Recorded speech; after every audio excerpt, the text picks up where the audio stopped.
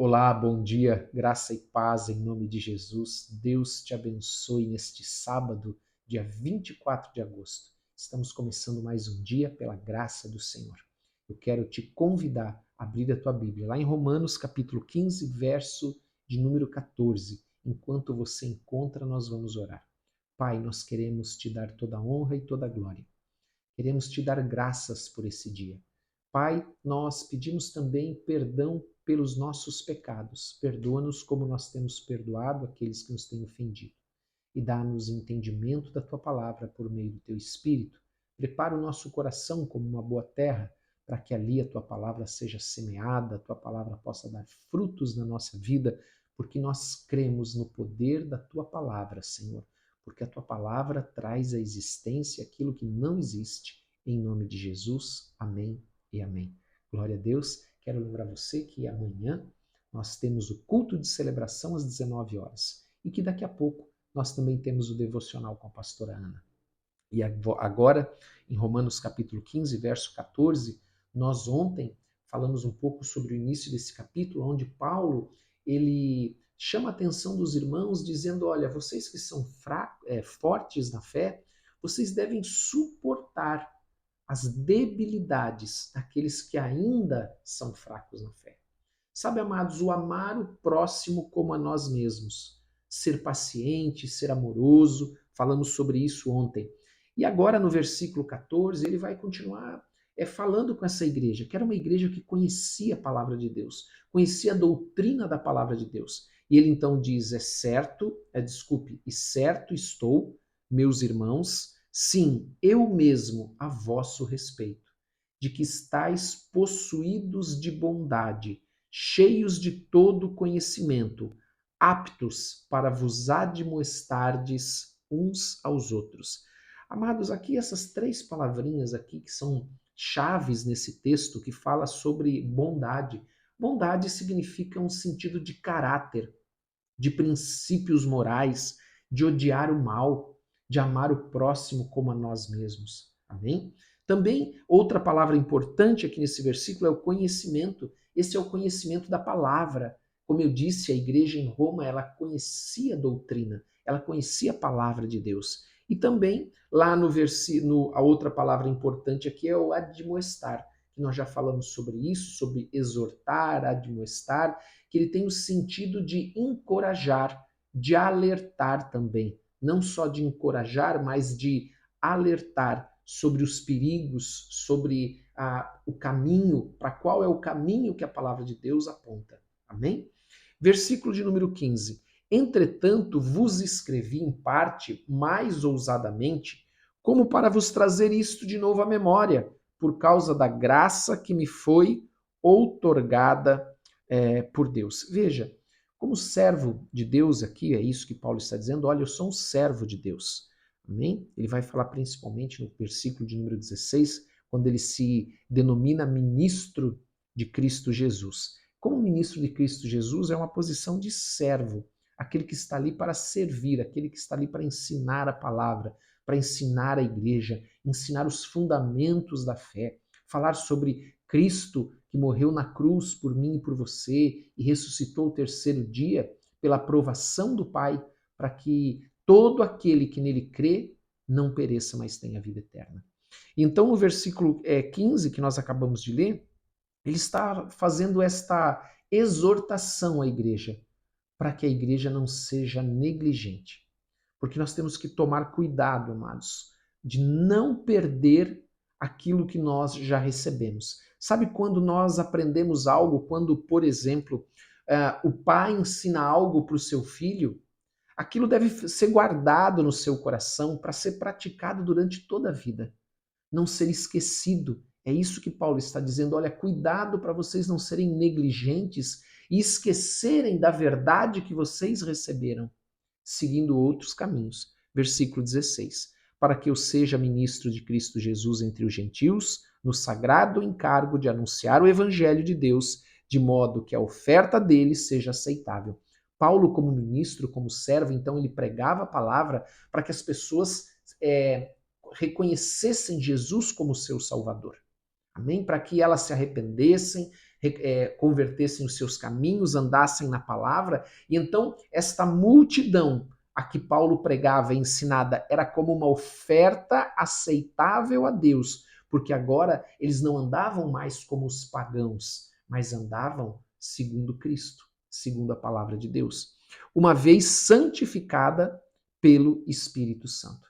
Então, nós somos santificados pelo Espírito Santo, que nos ensina a palavra de Deus e nos dá entendimento desta palavra que é extraordinária. Tenho, pois, motivo de gloriar-me, versículo 17, em Cristo Jesus nas coisas concernentes a Deus. Então, ele não se gloriava nele mesmo, mas naquilo que Deus fazia, não no que ele fazia. Porque não ousarei discorrer sobre outra coisa ou coisa alguma, senão sobre aquelas que Cristo fez por meu intermédio, para conduzir os gentios à obediência por palavras e por obras. Então ele está falando que tudo aquilo que ele fazia conduzido também por Cristo, para ensinar, para operar sinais, prodígios, maravilhas no meio do povo, para que eles fossem levados para onde? Para obediência, seja ela por palavras ou por obras e por obras. Então, amados, tudo deve nos levar ou levar-nos para a obediência da palavra de Deus. Esse é o intuito de se pregar a palavra, esse é o intuito de se pregar a Cristo, a obediência à palavra também. Amém?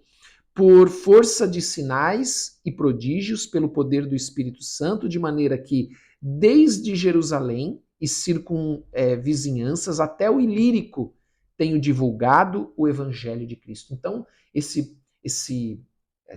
essa distância, aproximadamente, o Ilírico é uma região distante, cerca de 2.400 quilômetros de Jerusalém. Por ali tudo Paulo, então, tem pregado essa palavra para que ele pudesse apresentar o Senhor, ou um povo pudesse se apresentar diante de Deus como uma oferta aceitável, porque eles andam na palavra de Deus. Entenda uma coisa muito importante: quando Deus ele aceita a oferta do ofertante, é porque ele aceitou o ofertante. Amém?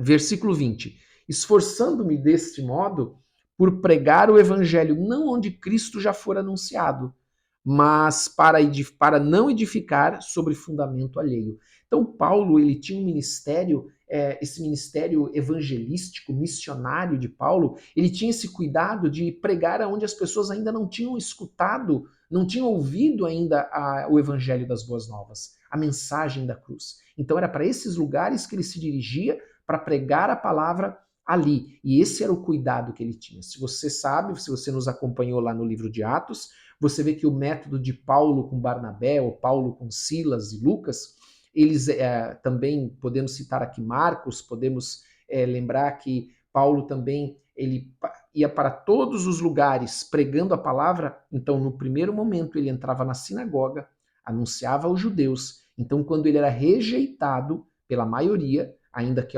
muitos se convertiam, muitos rejeitavam.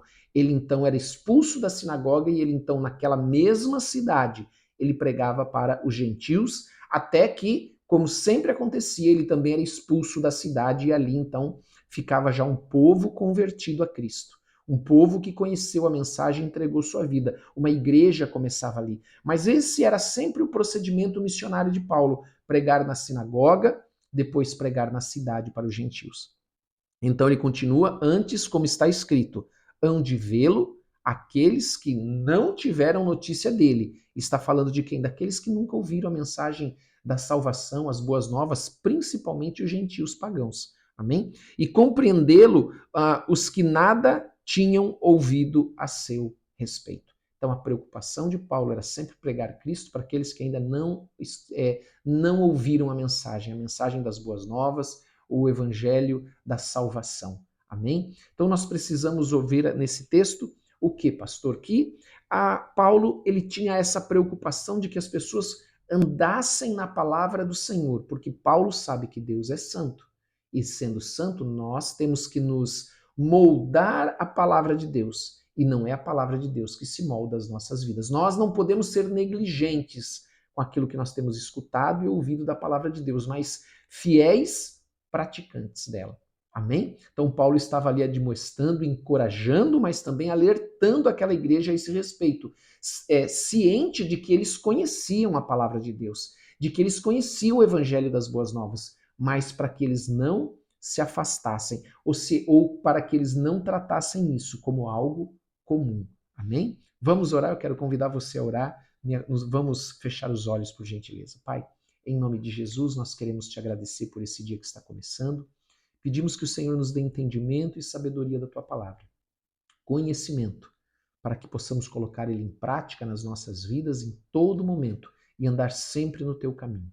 Nosso desejo é ter intimidade contigo, Senhor, te conhecer cada dia mais e mais. Pedimos, ó Pai, sabedoria, pedimos, Pai, discernimento, pedimos, Pai, a presença do teu Espírito Santo nas nossas vidas e pedimos a bênção sobre as nossas famílias, sobre as nossas casas. Que este dia seja um dia de paz e de descanso para o teu povo, um dia cheio de alegria, em nome de Jesus Cristo. Amém e amém. Amém. Que Deus te abençoe muito. Tenha um ótimo dia, em nome de Jesus. Um forte abraço para todos.